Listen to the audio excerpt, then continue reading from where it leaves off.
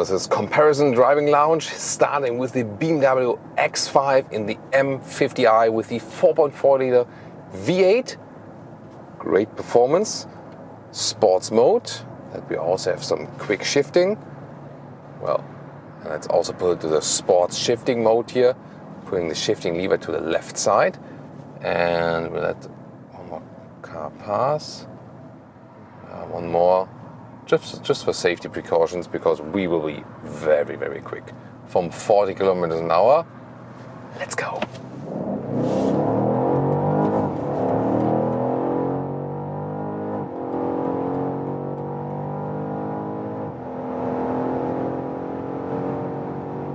(200), 125 miles an hour. Wow, that sound. Woo. And we go further. And this is also a difference here with the combustion engine. We can go 250 kilometers an hour. This is the top speed right now. Whoa. Impressive. Super impressive indeed. And how calm and stable this vehicle remains also at higher speeds. Not sure why this light truck is here on the left lane. Here also with the adaptive BMW suspension. Wow, that lane change. We have a huge SUV, but there's no problem in lane changing, and it stays so upright and calm and collected. That is just awesome. And that's also a thing about air suspension versus the normal BMW adaptive suspension. Here in the X5, you can get that adaptive suspension, the adaptive M suspension, with the sportier tune here in the M50i version, or the adaptive air suspension. And usually the air suspension is always better as for the comfort, not necessarily as for replacing it cost-wise when it gets broken, and sometimes then of course an air suspension is more expensive if you hold the car for a long time. But here the adaptive BMW suspension is so good actually that it's keeping a lane, please Thomas. So the adaptive suspension is so good actually that at some point with the X5 and the X7, I say you can easily go for the adaptive suspension and you don't need an air suspension. So this here, the big BMW adaptive suspension here in the X3, X5 and so on, BMW 5 Series, is one of my favorite adaptive suspensions overall, and it is indeed so good, so well combining sportiness and comfort that you do not miss an air suspension. So here it's absolutely fine not to pick the air suspension. It's incredible how sporty the car is, although it's so big and heavy, and at the same time great comfort, although we have huge wheels mounted there. That is an extraordinary achievement indeed. And of course you can also go for an air suspension, but to me it doesn't bring you a big comfort plus here in the X5 and the X7. Again, not because the air suspension wouldn't be any good, just because the normal adaptive suspension is so great. And here in the M trim, it is combined with the stiffer note. You have the sport here, right, and especially here at higher speeds. But still, it's not that you would say, oh, I can't take this as a primary comfort car for everyday driving life or something. This is totally fine then still. So yeah, this is the thing about the X5 in general. It has had such great handling, and to me, driving-wise, my favorite full-size SUVs are really the BMW X5 or the X6 if you prefer that coupe line, and then the Audi Q8 or Q7, also depending, if you want that coupe line or not. Between the Q7 and the Q8, I feel there's a bigger difference than between X5 and X6. And in general, well, how is the felt difference? Of course, soon we'll drive the iX, and we can tell you more about that. But I've driven the iX in so many different versions so far, and the thing is, both feel kind of heavy. At the same time, they really very well combine sportiness and comfort. You do feel that the iX has a lower center of gravity. That helps in sportier driving and also feels more settled on the road. Just in very tight corners where you're hard on the brakes and the vehicle is being pushed outwards, the iX does have some added weight, Yeah, but then again, the center of gravity is lower. So I'm really looking forward. But now I say goodbye.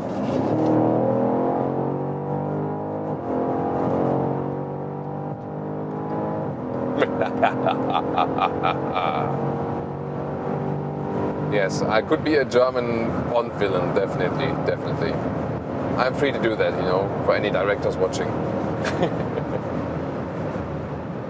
More than 200 kilometers an hour, 125 miles an hour, and it feels so sporty. Overtaking a BMW Z4 and saying like, what the hell? I'm supposed to have the sports car? No, I have the sports car at the moment. It feels like that. Wow, amazing sporty performance, feels so great, and noise insulation wise, awesome. I mean, over 200 kilometers an hour, more than 125 miles an hour, feels like nothing. It almost feels like standing still. It's not too loud in here. The car feels so smooth. This is a great piece of engineering indeed, and yeah. But the big question is really then X5 or iX, and at this point, when we start driving with the X5, it's really hard to pick any other SUV to that. As I said, I really like the Q8. It's also so much fun in driving. That would be definitely a hard pick, or a hard thing to do, really. I mean, size-wise, X5 and iX are somewhat similar, definitely. The wheelbase also doesn't differ that much. I told you earlier, just a couple of centimeters. The iX has more in wheelbase, so they have some similarities. You do feel that the X5 is higher here on the inside and also on the outside. Remember that the iX has the length of an X5, the height of an X6, and the wheels of an X7. So the X5 feels more traditional SUV, definitely. Actually, the iX more feels a little bit than the X6, I would say, in a way. Although it doesn't really have that coupe shape. I can already tell you so far, after driving both, the choice is getting harder and harder and harder. What will I do? But first of all, let's hit the corners. One more time to the sports mode and to the sports shifting mode. Yeah, that V8 does make a difference sound-wise, so if you ask yourself, is it better with the V8 sound than with the electric boost sound? Yeah, of course it is. Yeah. Whoa.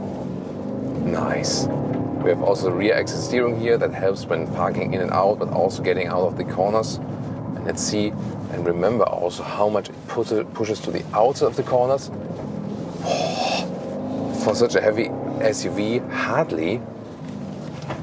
And nice acceleration out. Rear axle bias, of course, or rear bias for that all-wheel drive. It drives so extremely well. Yeah, I can just underpin that. And of course, the V8 sound is great. Still, for efficiency reasons, in this case, I would still go for the 6-cylinder in the X5, and like the 40i, and this will also be absolutely fine power-wise, definitely. But now the question is, how does the iX relate to this here? And now to the BMW iX Sport mode, and I also go from 40 kilometers an hour to the German Autobahn. Let's go.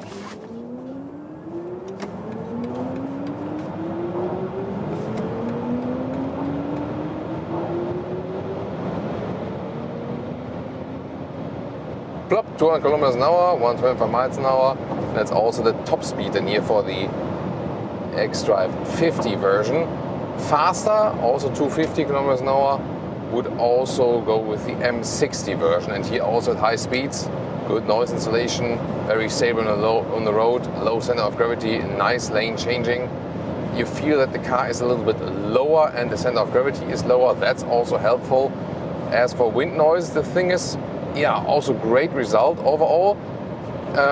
Because you don't have the engine sound, you might subjectively think it's louder, especially here from that area, and also when you have some cars passing by, but it is also a super, super silent ride.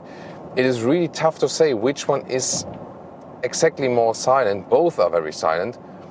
I feel just that the difference, that the subjective note, that maybe the X5 would be more silent, I think it rather comes from that the engine in the X5 covers some of the smaller wind noises that would come, some from here, like this, a car passes by and you hear that a little bit more prominently when there's no engine running. So that's, I think, the main difference. Energy consumption wise, you can score here in summertime great results with the iX. Some 17 kilometers on 17 kilowatt hours on 1 kilometers, or 27 kilowatt hours on 100 miles. And that would rather mean a range of 650 kilometers or 400 miles. A more realistic figure, if you have some more, let's say, a little bit more performance driving, more higher speed Autobahn, you can still easily score 500 kilometers or 300 miles. Just in very, very cold winter time, that might drop down. So here in the sports mode, once again, when we start at 100 kilometers an hour, let's accelerate.